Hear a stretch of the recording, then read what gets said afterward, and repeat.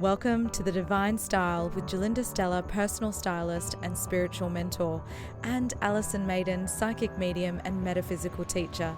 Each episode we share spiritual lessons to cultivate self-love and self-expression so you can become the best version of you. I'm Gerlinda. I'm Alison. And today we are talking all about self-care, which kind of comes under the banner of self-love. I think sometimes people get self-love and self-care kind of confused. It sort of sits under self-love. It's one of the things we can do to show ourselves love, but it's not what self-love is in general.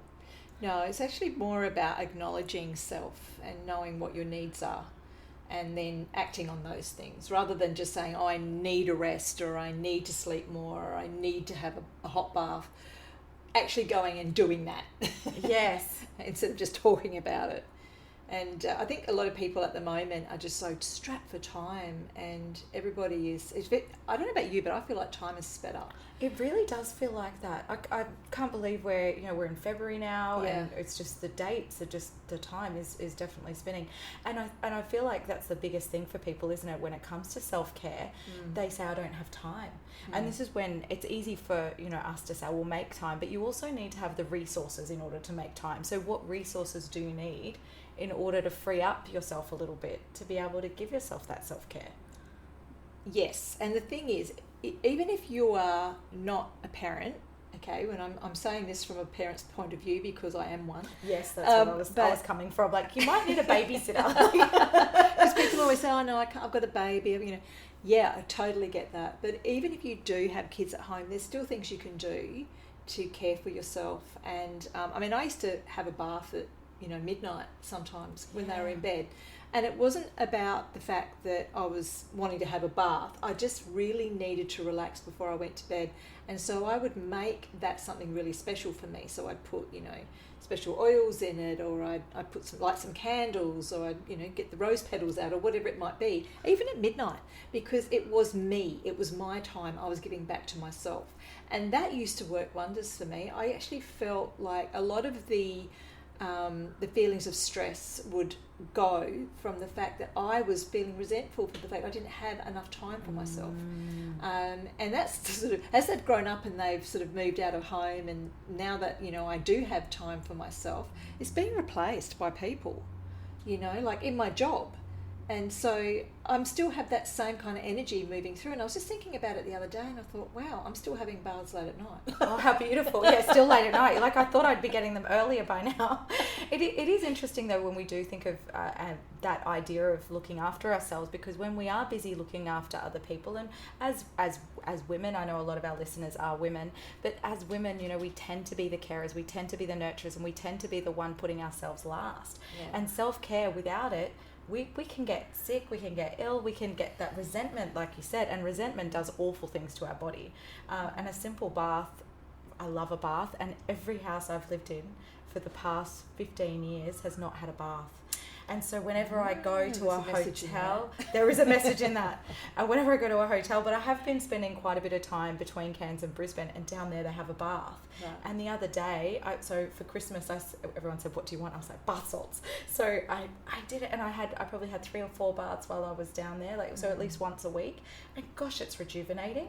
Yeah, well, apart from the fact that whenever you have a bath, you must put salt in the water, guys, because the negativity is being drawn out of your body, and Epsom salts is one of the best things to put in a bath because it's magnesium, so it's speeding the relaxation, and also the fact that your body is burning up a lot of magnesium when you're stressed, but it draws out the negativity into the salt in the bath, and so you're not sitting in your own negativity in your own resentment bubble. So it's actually cleansing your aura as you're sitting there. So bath's number one. That's the number one thing I would say for self-care. The second thing is exercise, and I know a lot of us are, again, strapped for time, feeling like, and when you get to that point where you haven't exercised for so long and you feel like a slug, and you just, you put a bit of weight on over Christmas or whatever, and you just feel like you can't get motivated to do it.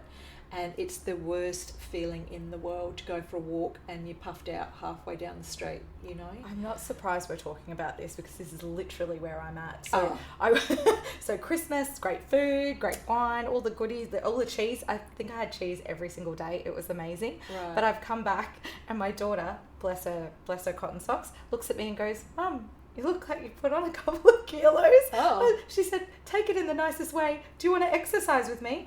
And it was the last thing I felt like doing. Yes. Because it's like, not because she said it, because I love her to pieces. And then they proceeded to joke about how much dinner I wanted to eat. I'm like, I eat very little, but the exercise is huge. And my mental health, I after doing it, so literally this morning is the first time I've exercised properly, you know, in my running gear and going for a walk in a good 6 weeks, and I feel phenomenal for it. But it's so important. As you get older, let me tell you, it is harder. It really is. And they say that, you know, you wind down or your metabolism winds down. That is very true. And after menopause, it's really hard to get motivated to exercise. So just doing small things, even at home. And like, we live in the tropics up here. And of course, it's wet season and it's really, you look outside and go, or it's raining. It's humid, you know, like it's not the best. So you find that some people will go exercising really early in the morning, like 5 a.m. They'll get up before it gets too hot, or late at night.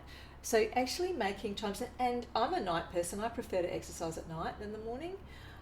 So it's down to, again, awareness, self-awareness. When is it the best time to exercise for me? When do I feel best at this? For you, it's first thing in the morning. Yeah. For me, it's later at night. I have more energy then to do it. Probably also more time as well, so my day's done. And it is a way for me to unwind from that day.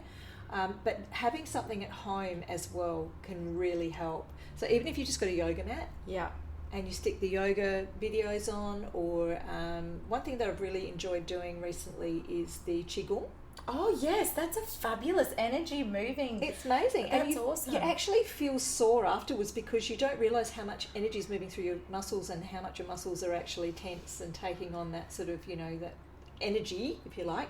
And so small things can make a huge difference. And you don't have to go out to classes to do this, guys. You can just, honestly, YouTube is a plethora of different classes and things you can do for exercise. I did buy a yoga mat for Brisbane. Sorry, I'm giggling to myself here thinking, I bought one. I probably did one lot of exercise. Use that one, Yeah. But that's it though. It's that, and I think the other thing too with self-care is to not beat yourself up. Like, I can laugh about these things because I'm not necessarily attached to it. I know it's something that I would like to do, and it is about that, what was stopping me. So, and me, you know, we're all in a growth period, so we're not going to get it perfect all the time. And so I think to myself, okay, what was stopping me and what can I do differently next time? Because I really want to create that as part of a habit.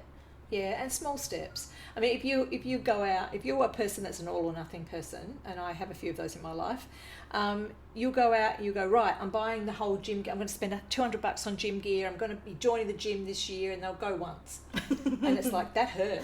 Yes. You know? And so, you know, it's like small steps that work for you, and it doesn't have to be a lot. It can be a half an hour walk 2 times a week. It can just be, you know, if you don't want to walk every day, maybe you do a walk one day and you do something, go in the swimming pool.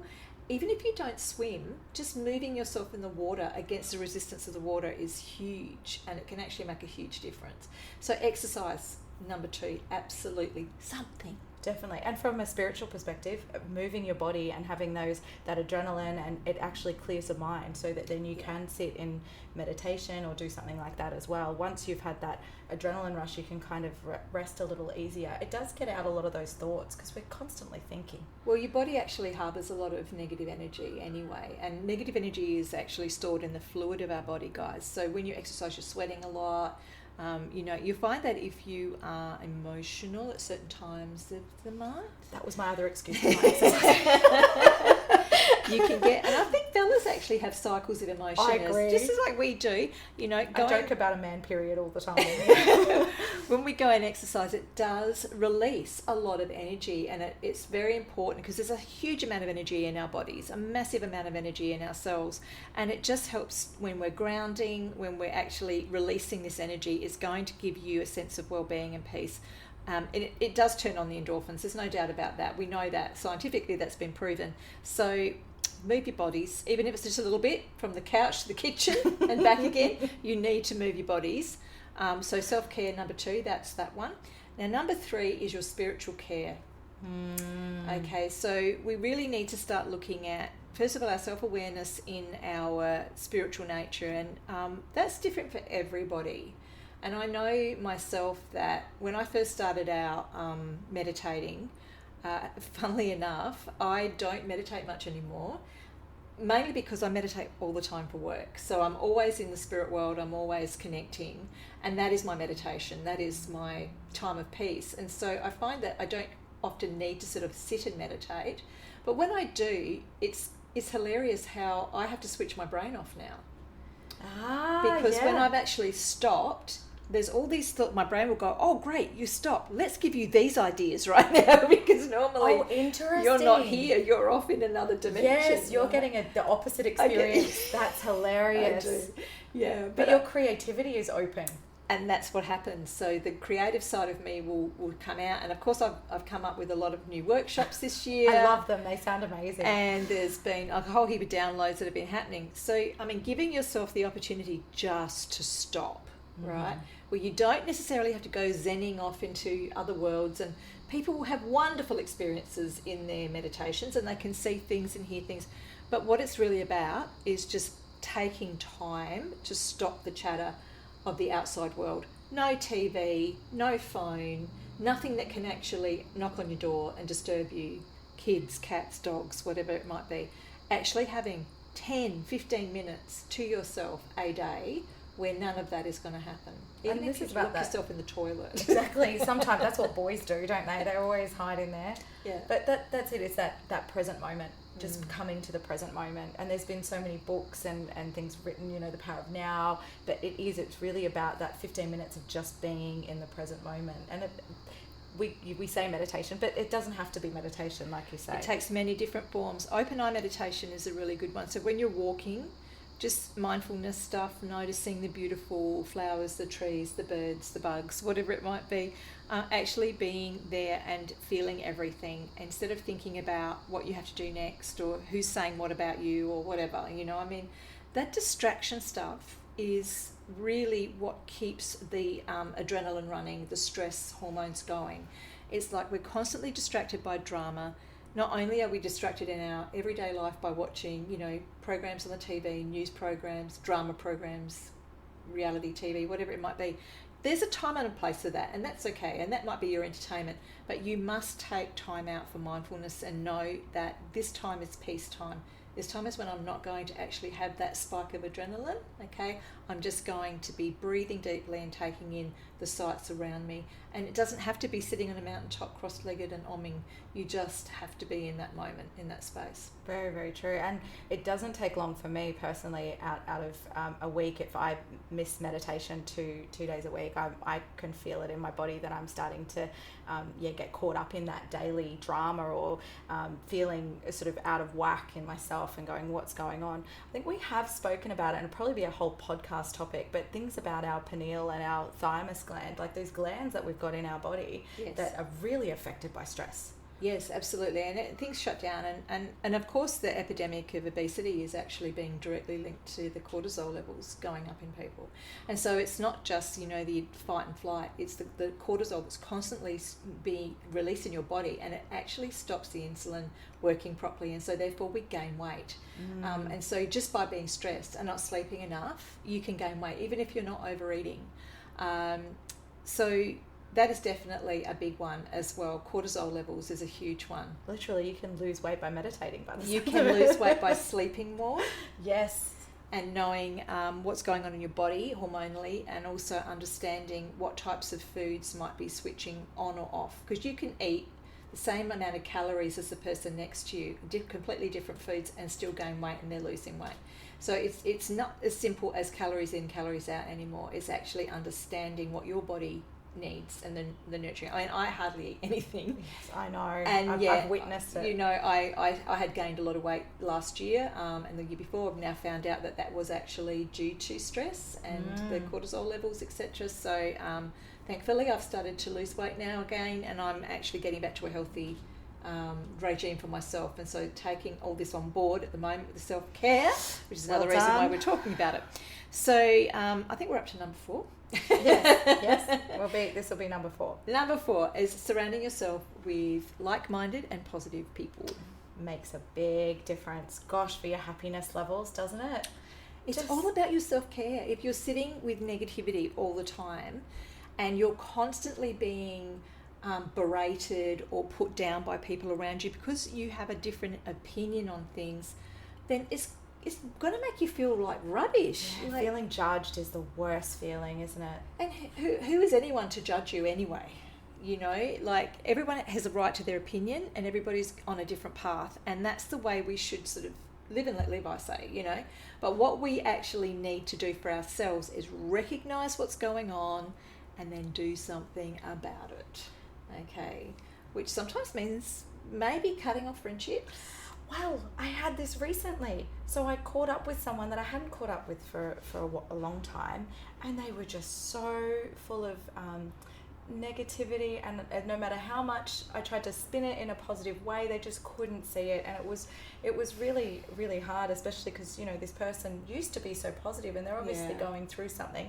And I'm happy to sort of be there on a small level, but not put myself in that situation anymore. Whereas in the past I would have jumped in and wanted to help and wanted to fix it and wanted to try and make them something they're not, but they're in it, and that's where they're at the moment.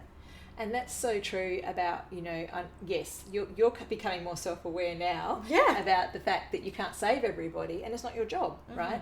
And there's some professional people out there that are awesome at this, okay? So some people will need far more than what you can give them. And if what you're doing is you're completely sort of giving over all of your energy to help save someone who's literally drowning in their own emotions, is that you're going to go down with them unless you recognise that. And they do need professional help. So it's really wise to sort of have a chat about whether or not they'd be willing to see someone else, and maybe having a number handy that you've heard about someone who's really good. That's such a great tip, and I do often say that now to people: are you seeing someone? Have you got a good, you know, psychologist, counsellor, or even you know, spiritual healers can be phenomenal with stuff. But some things are, you know, it can be a multifaceted approach as well. Absolutely. And the whole thing about it is, if you're feeling like you're in a rut, the only way to get out of the rut is to change things up. So do things differently. Don't keep going back to the same old patterns that you've done before. Don't keep talking to the same people who constantly are putting you back into the drama. I think I was forced to watch like 15 minutes of, I think it was the Kardashians actually. Oh, funny. 15 minutes of reality TV, let's just say that, the other day. And I thought, I am so depressed. Yes. Just 15 minutes of listening to this. It's like, these people have so much and they are still complaining. Yes. And it's like, then they don't recognise anything other than themselves, and it's so insular. And I actually am a bit worried about our young ones growing up listening to this stuff, because I feel like they can be conditioned into, you know, thinking the same, that this is life, that this is the same thing. So it's important for us to always have a balance in our life. Yes, we're always going to have negative people around us, and we can't escape it. Sometimes work will bring them in or whatever, but don't sit in it, guys. Don't think that this is all there is. If you're feeling down, get out, you know, go for a walk, seek out people who are happy, join a group, you know, there's plenty of things to do. Watch a funny movie. That's a great one. I try to do that when I'm unwell, when I've had, you know, a bit of a cold or something, because laughing can make you better quicker. I tell you, I was on a plane once. I mean, I'm on a plane a lot, as you guys know, and I actually come across this movie called Blended. Have you seen it? Oh, with Adam Sandler and Drew Barrymore. That sounds familiar. I must have, like, the people in that plane must have thought I was crazy. I was laughing so loudly. It was so funny. And I hadn't had a good belly laugh like that for a long time. And I just realised that I haven't spent enough time, because when I'm on a plane, I can't do anything but watch something, because that's what you can do. You can't go anywhere. You can't actually do anything. So you actually have time to read or to watch movies. So use your time wisely, you know. Like, if you've got that minute of space or whatever that you can go, I might want to go and see that new movie. The other thing is about movies is, like, try not to pick the ones that are constantly bringing you down. Or getting you stressed out. Yeah. Oh, thrillers. I used to be able to watch them, or horror movies. No, I can't now. No. I cannot. Since doing this spiritual work, honestly, I'm like, if there's like a ghost thing, I cannot. No, I'm just the energy, because I can feel the energy of that movie in my body, and it's not good. And people love the jump scares and everything, but that's just the adrenaline rush. But it's more about conditioning your mind to being in that negative mindset, and some of those movies are pretty awful. It's really gruesome. What people do to each other, just terrible. Anyway, so we don't want to focus on that. We want to focus on the positive stuff. There's plenty of really happy movies out there. Just have a look at those. And educational stuff as well in the spiritual. Listen to a podcast. Watch our YouTube channel. Whatever it might be to lift you. Now, there's one more thing that I wanted to talk about today in your self-care and your self-awareness, and that is healings. Oh, okay. Yes. So sometimes we do get stuck in that rut, and even, as healers ourselves or as psychics and mediums, we are taking on board so much in people's pain and suffering and hearing of losses, and it affects. We try not to let it affect us, but particularly when I'm talking to people who have lost children, being a mother myself, it is heartbreaking to feel their pain. And so first of all, I always have a healing or a backup or something that I can go to. A great healer is the best thing you can have in your arsenal. Yes. For your self-care, and having access to somebody on a regular basis, because it is so much to do with energy. Everything is energy, as we know. But if you've got someone that can actually help to remove that negativity off of you, can fill you up with light and love, it just gives you the battery to keep going. And that's all you need sometimes. So true. And often when you're in a rut, you might not realize it. And I've had plenty of times where I've been feeling a bit funny or a bit off, and I'll put on a brave face and I'll be my happy self, and I've walked in and... Do you think we need to pause? No, it's all right. Sorry. I saw your face. Sorry, James. You have to... put on a happy face. Like, I'll walk in and put on a happy face, and I will, pretend everything's okay. And whether it's Alison or one of the other healers that we have at our centre here will go, "You okay?" And I'm like, "Oh, I thought I was hiding it," but it's in my energy field. It's more than just the way that what I'm projecting. They can feel something else there, and so having those regular healings is phenomenal, because it's like recharging a battery. It's a great way to describe it. And healers that are really great at what they do, they don't necessarily have to be with you to heal either. For instance, James, my son James, he is an amazing healer, and he works via Zoom all over the world. He's for people. And so, this is the thing. If you've got someone that can connect into your energy field, it doesn't matter where you are, because they're actually connecting in to your DNA, to your energy field. And so therefore, wherever you are in the world, it can work, and it does work. And I quite often have called him from interstate saying, "Oh, help, I need a clearing right now." So you can find healers through our Kindred Spirit Wellness Centre website. And if you want to know of any great healers around you in your area, we can maybe help you with that depending on where you are in the world, but certainly we can connect you to somebody who can do remote healings as well. Yeah, they're phenomenal. I think one last thing with self-care is that it could be from a physical perspective as well. So if you're I remember that I had a sore back, and I didn't even know that I had a sore back. And even my shoulder one time, where I thought it was coming from my back, but it turned out it was actually my shoulder. I had shoulder bursitis because I'd gone to the gym and I hadn't held my body properly, or I'd taken on too many weights. And so I'd gone to a massage therapist, like I was doing everything to try and get it right, and it ended up needing an injection. And then later on I realized, my back's out. And so then I went and saw a chiropractor, which was phenomenal. People, there's all these scary things about chiropractors, and but I actually had it was this weird endorphin thing go through my body, and I felt totally relaxed, and I think I slept the best I'd slept in a really long time. Well, funny you should mention that, because our next guest on our next podcast is I've found. He's my find. He's your find. He's my go-to guy, Dr. Matt. From Care Chiropractic here in Cairns, and he is amazing, guys. Honestly, I had this pain in my hip for almost 18 months, and nobody could fix it, and he managed to fix it in 3 sessions, and I haven't had it come back since. He's really wonderful. He works in the energy of the body, but he's going to explain all about that. Excellent. And so stay tuned for the next podcast, and Dr. Oh, good. So easy on the eye. So if you're listening to the podcast, tune into our YouTube to get a little squeeze. I do feel that all of those modalities of being able to anything that's self-care, because, and like you said from the beginning, it's all about self-awareness. And if we're not aware of where we're needing, where there's pains in our body, or where we're needing time out, or where we're needing those things and taking that time, we're really not good for anyone. I love that example of, putting the mask on yourself first before you on a plane, before you put it on your child, because we really do need to take care of ourselves first. Yeah, 100%. If you put yourself first, and you have enough to give everybody else, as we've often said before, with the overflow of love, well, self-care is self-love, and the whole package goes together, guys. So start making your list of the things you're going to do for yourself today. So to recap, we had the first one.